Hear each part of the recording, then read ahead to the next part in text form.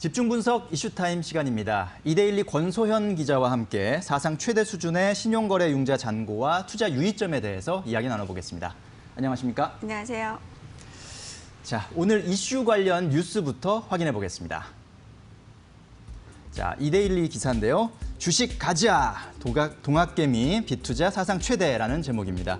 개인이 주식을 사기 위해 증권사로부터 빌린 신용거래 융자 잔고가 12조 6,624억 원으로 역대 최대치를 기록했다. 증시가 오르자 빚을 내서라도 주식 투자에 나선 개인 투자자들이 늘어난 것이다. 전문가들은 주가가 기업이나 경제 펀더멘털에 비해서 과도하게 오른 면이 있는 만큼 빚 투자에 주의해야 한다고 조언했다라는 내용이군요. 자, 사상 최대 수준으로 늘어난 신용거래 융자 잔고가 시사하는 점에 대해서 살펴보도록 하겠습니다. 자, 어제 코스피 지수가 0.7% 정도 오르면서 2,100선을 하루 만에 회복했는데 일단은 현재 보니까 개인 투자자들이 주식 투자하려고 빚을 많이 내고 있군요. 그럼요. 이게 지금 주식 투자 열풍이 상당한데요.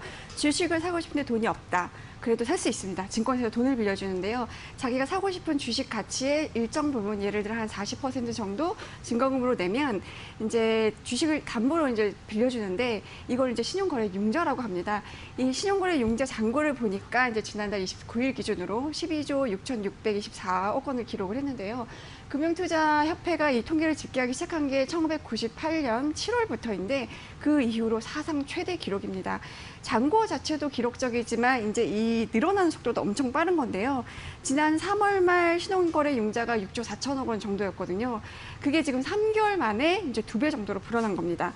이전 최대 기록을 보니까 2018년 6월 12일 기록했던 12조 6,480억 원인데 이때는 2016년에 3월에 6조 4,800억 원대에서 12조 원까지 가는데 한 2년이 걸렸거든요. 그런데 이번에 이제 3개월 만에 확 늘어난 겁니다. 이 최장 기록도 다시 세웠는데요. 지난달 15일까지 무려 이제 54거래일 연속 증가세를 이제 보이면서 최장 기록을 이제 세우나 했는데 사실은 이제 2007년에 69거래일 연속 이제 증가를 하는 바람에 이번에 사상 최장 기록을 깨우지는 못했지만 역대 두 번째 기록을 세웠습니다. 네, 그렇군요. 54거래일 연속이나 신용거래 융자 잔고가 늘어나고 있고 3개월 만에 2배 수준으로 신용거래 융자 잔고가 늘어난 이런 부분들을 보면 정말 최근에 얼마나 이 많은 분들이 빚을 내서 주식 투자를 하고 있는지를 좀 보여주는 대목인 것 같은데 이렇게 빌린 돈에도 이자가 붙죠? 보통 얼마나 붙습니까? 돈 빌려주는 거니까 당연히 이자를 받을 수밖에 없는데요. 네. 빌리는 기간에 따라서 금리가 조금씩 다릅니다. 이제 개인 투자들이 가장 많이 사용하는 K증권사 예를 들어보면 이제 7일까지는 7.5%고요. 15일까지는 8.5%, 90일까지는 9%고 그 이상이면 이제 9.5% 정도인데요. 이제 대략 한 2달 정도 빌렸다고 이제 생각을 하고 보면 이제 보통 증권사들 다른 증권사들 보면 이제 8%가 조금 넘는 수준이고 조금 낮은 데를 보면 한 6% 정도인데요. 이걸 이제 은행 신용대출 금리랑 좀 비교를 해봤습니다. 은행에서 우리 신용대출 받으면 신용등급이 이제 쭉 있는데 그중에서 중간 등급 한 5, 6등급 정도를 보면 금리가 한 대충 4, 5% 정도 나오거든요. 그러니까 증권사 신용거래 융자 금리보다는 아까 증권사의 신용거래 융자가 금리가 이제 은행의 신용대출보다는 조금 높은 수준인 거죠. 네, 그렇군요. 자, 은행 신용대출 금리보다 높은 수준, 한 7에서 9% 정도의 금리에도 불구하고 이렇게 많은 분들이 증권사에서 돈을 빌려서 주식 투자를 한다. 그 이자를 감당하더라도 증시가 더 오를 거라고 생각하니까 아마 빚을 내서라도 투자를 하겠다 이렇게 생각하는 거겠죠? 네, 맞습니다. 주가가 더 오를 것 같으니까 이제 투자를 하는 건데 어제 코스피 지수 종가가 이제 2,108선이었잖아요. 이게 코로나19 팬데믹이 왔던 3월 달에 이 코스피 지수가 1,400선까지 떨어졌었습니다. 근데 그때와 비교하면 지금 대충 한 45% 정도 오른 셈인데 이 코스피가 1,400선까지 밀리니까 이제 개미들이 보기에는 굉장히 싸다. 이런 정도면 들어가도 되겠다. 근데 이제 돈이 없으면 증권사에서 빌려주니까 증권사에서 빌려서 주식 사고 이런 겁니다. 근데 지금 많이 올랐지만 여전히 마땅히 투자할 곳이 없다는 얘기들 많이 하잖아요. 우리가 보통 이제 투자할 자산을 놓고 보면 크게 부동산, 주식 이렇게 생각을 하는데 부동산 같은 경우는 일단은 이제 종잣돈이 커야 되고 시드머니라고 하죠. 이게 억대 이상은 있어야 되고 거기다가 최근에 너무 정부가 규제를 많이 내놓는 바람에 대출도 많이 막혀 있고 이제 사면 종부세라든가 여러 가지 이제 양도세 이런 것들이 어마무시하게 늘어났습니다. 그리고 이제 그러니까 주식시장으로 눈을 돌리는 이들이 많아졌는데요. 코로나19에 대응하는 과정에서 이제 정부가 금리를 낮추고 이래저래 돈을 풀면서 시중에 이제 유동성 넘쳐나는 상황이기 때문에 이 유동성의 힘만으로도 주가는 더 오르겠다 이렇게 판단한 개미들이 주식 이제 돈 빌려서 주식 사고 있는 것 같습니다. 네, 그렇군요. 뭐 빚이 무조건 나쁜 건 아니죠. 잘 쓰면 아주 효과적인 수단이 될 수 있고, 뭐 레버리지, 지렛대. 그렇죠. 그러니까 지렛대 힘을 이용하면 내가 가지고 있는 힘보다 더 적은 힘을 들여서라도 더 많은 힘을 발휘할 수 있는 거니까 잘만 쓰면 좋은 건데, 다만 이렇게 빚 투자가 많으면 이제 걱정되는 부분이 있어서 그런 거잖아요. 네, 그렇죠. 마냥 오르기만 하면 모두 해피하죠. 근데 네. 증시가 그렇지가 않은 데다가 지금 증시가 뭐 사상 누각이라는 얘기까지 하는데요. 이제 모래 위에 지은 성 같다라는 얘기도 합니다. 이게 이제 주가가 현재 펀더멘탈과 상당히 괴리가 이제 있는 상태니까 이런 분석이 나오는 건데요.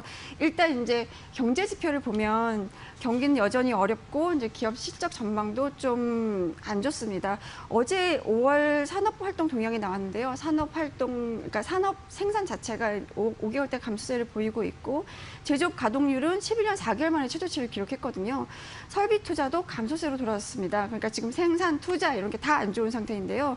여기 이제 현재 경기 상황을 나타내주는 경기 동행 지수 순환 변동치라는 게 있는데요. 그게 5월 달에 이제 96.5를 기록했는데 1999년 1월 이후 최저 수준입니다. 그때가 외환위기였는데 무려 21년 4개월 내 최저치라는 기록을 세운 겁니다.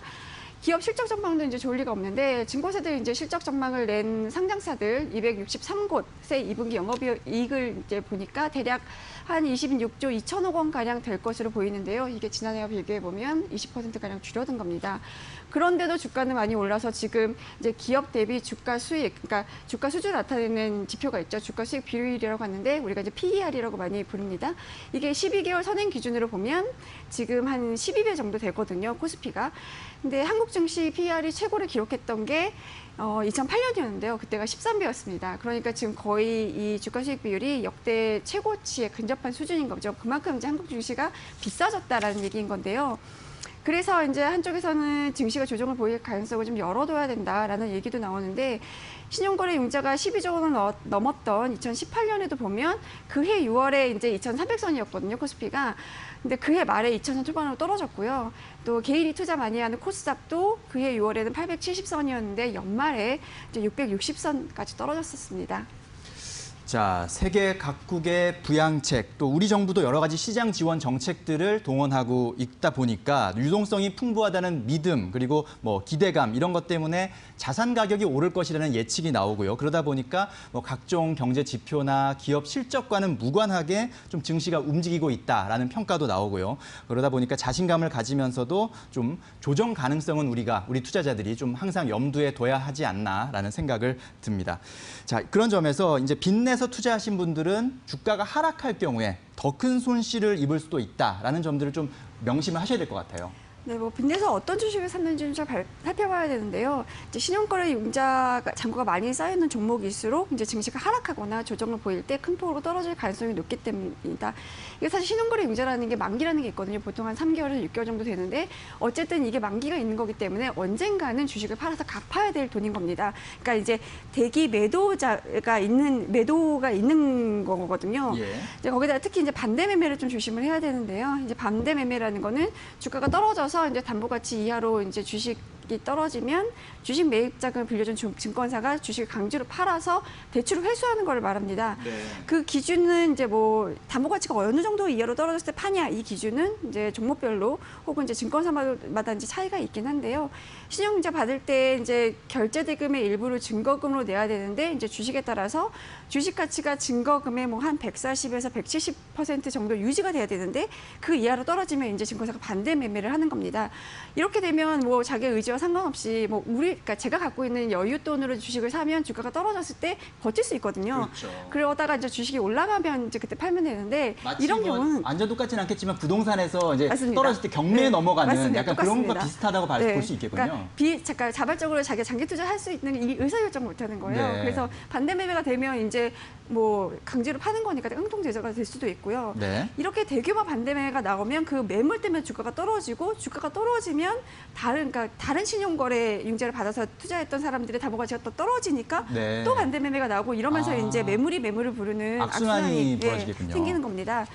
그래서 이 신용잔고가 많은 종목들 그리고 신용잔고 비율이 많은 종목들이 뭔지를 보고 이제 투자할 때 유의를 좀 하셔야 되는데요. 네. 코스피 지수가 이제 1,400선까지 떨어졌던 지난 3월 23일부터 어제까지 이제 신용잔고가 가장 많이 늘어난 종목을 좀 이제 리스트업을 해봤는데 예. 코스피에서는 SK, 셀트리온, 부강약품, 카카오 뭐 이런 종목들이 좀 잔고가 많이 늘었고요. 코스닥에서는 셀트리온 헬스케어, 시젠, HLB, 셀트리온 제약 뭐 이런 것들이 좀 많이 늘었는데 뭐 개인 투자자들 바이오즈 많이 투자했잖아요. 네. 이런 게 이제 융자잔고, 신용거래 융자잔고가 늘어난 종목들을 딱 드러나는 겁니다.